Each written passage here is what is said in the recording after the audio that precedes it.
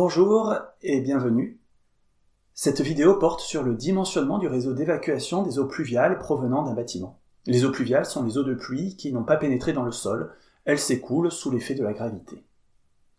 L'eau tombant sur les toits ou contre certaines façades est d'abord collectée jusqu'à des descentes d'eau pluviale qui peuvent ensuite se déverser directement sur le sol, dans des récupérateurs d'eau de pluie ou dans des collecteurs pour être acheminée vers un réseau collectif.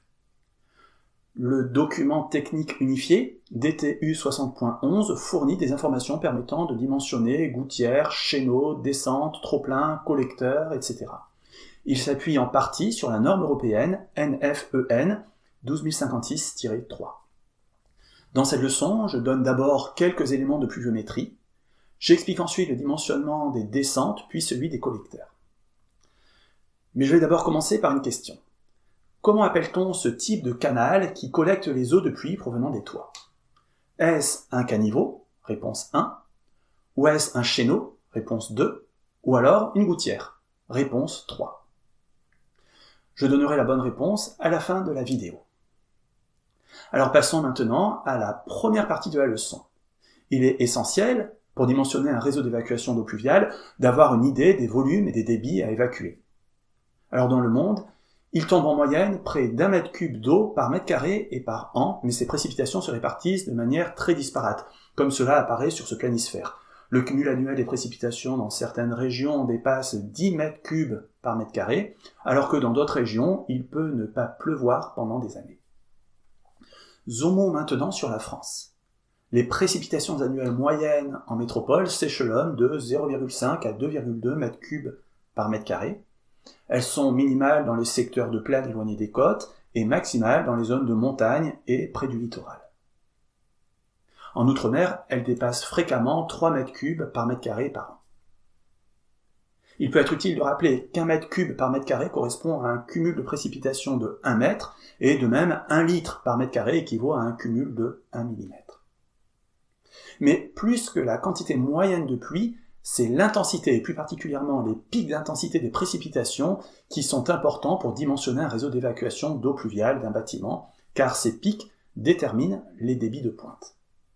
Une intensité pluviométrique de 180 mm par heure, c'est-à-dire de 3 mm par minute, est exceptionnelle en France et ne dure que quelques brèves minutes. Le dimensionnement des évacuations des bâtiments est effectué en considérant cette intensité pluviométrique de 3 mm par minute en France métropolitaine, et on prend 4,5 mm par minute dans la plupart des départements, régions et collectivités d'outre-mer. On calcule le débit maximal admissible d'eau pluviale d'une partie d'un bâtiment en multipliant cette intensité pluviométrique par la surface réceptrice correspondant au versant considéré. Cette surface réceptrice est la projection horizontale de la surface recevant la pluie. Si le versant comporte une partie lisse verticale, cette dernière compte pour 15% de la superficie pour tenir compte du vent. Par exemple, pour 2 toits terrasses de superficie totale égale à 50 m² et séparés par un mur de superficie égale à 20 m², comme indiqué sur ce schéma, le débit maximal admissible d'eau pluviale vaut, en prenant une intensité pluviométrique de 3 mm par minute, Qmax égale 3 mm par minute, multiplié par 50 plus 0,15 fois 20 m², ce qui fait 159 litres par minute. Passons maintenant à la deuxième partie de la leçon qui porte sur le dimensionnement des descentes d'eau pluviale. La section des tuyaux de descente à prendre en compte est déterminée par le débit maximal admissible d'eau pluviale à évacuer, que je viens juste de définir. Le débit maximal que peut évacuer une descente d'eau pluviale dépend du dispositif d'entrée, appelé naissance. La section d'une naissance peut être constante ou variable. Les naissances tronconiques, telles que celles que tu peux voir ici, sont plus efficaces que les naissances cylindriques, comme celle-ci. De façon simplifiée, on considère qu'il faut, avec une naissance cylindrique, 20 cm² de section de descente par litre par seconde à évacuer, et seulement 14 cm² de section par litre par seconde pour une naissance tronconique. Cette règle simplifiée surestime légèrement les petits diamètres, et une règle plus précise est donnée dans le DTU. Les surfaces ainsi déterminées peuvent se répartir en plusieurs descentes. Le diamètre intérieur minimal d'une descente est fixé à 60 mm. De plus, les descentes ne doivent pas présenter de diminution de diamètre dans le sens de l'écoulement. Les toitures terrasses doivent être équipées d'au moins 2 évacuations, dont l'une au moins est une descente. L'autre peut être par exemple un trop-plein. Considérons l'exemple d'un bâtiment comme celui-ci, situé en France métropolitaine, avec une toiture terrasse de 110 m², et supposons que l'évacuation soit assurée par 2 descentes avec moignon cylindrique dont on souhaite déterminer le diamètre. On commence par calculer le débit maximal admissible d'eau pluviale. L'intensité pluviométrique à considérer est donc de 3 mm par minute. Le débit maximal admissible d'eau pluviale vaut donc 3 mm par minute fois 110 m², soit 330 litres par minute, ou 5,5 litres par seconde. Et puisque 20 cm² de section de descente évacue 1 litre par seconde, la surface de la section des descentes doit être au moins égale à 110 cm². Cela fait 55 cm² par descente, soit un diamètre d'environ 84 mm pour chacune des 2 descentes. Intéressons-nous, dans la dernière partie de la leçon, au dimensionnement des collecteurs d'eau pluviale. Pour ce dimensionnement, on applique la formule de Manning-Strickler, dont l'expression apparaît à ma droite, et ce, avec un taux de remplissage de 70%. Le taux de remplissage est le rapport entre la hauteur d'eau dans le collecteur et le diamètre de ce dernier, comme indiqué sur le schéma.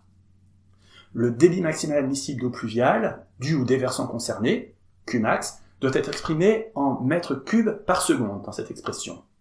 N est un coefficient qui vaut environ 0,015 dans les unités du système international. Cette valeur tient compte de la possibilité de formation de dépôts dans la canalisation, conduisant à un écoulement à surface libre de type semi-rugueux. I est la pente du collecteur, elle est habituellement comprise entre 1 et 5%. Voici maintenant l'expression de la vitesse moyenne de l'eau dans le collecteur, exprimée en mètres par seconde. Elle doit être comprise entre 1 et 3 mètres par seconde.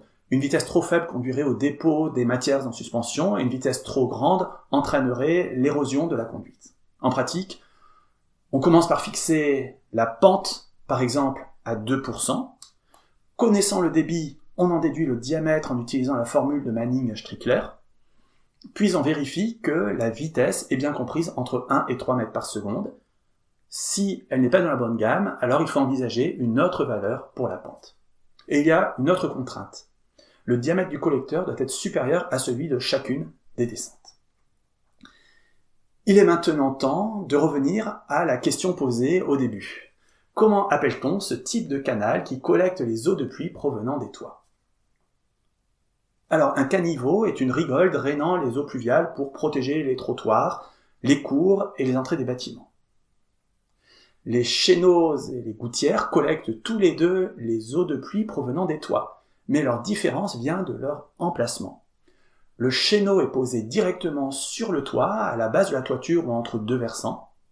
Il est intégré directement dans le gros œuvre, tandis que la gouttière est apparente, suspendue par des crochets. Ici, il s'agit donc d'une gouttière, et la bonne réponse est la réponse 3. Ainsi se termine cette leçon. J'espère qu'elle t'a plu. La prochaine leçon de ce cours portera sur les réseaux de ventilation.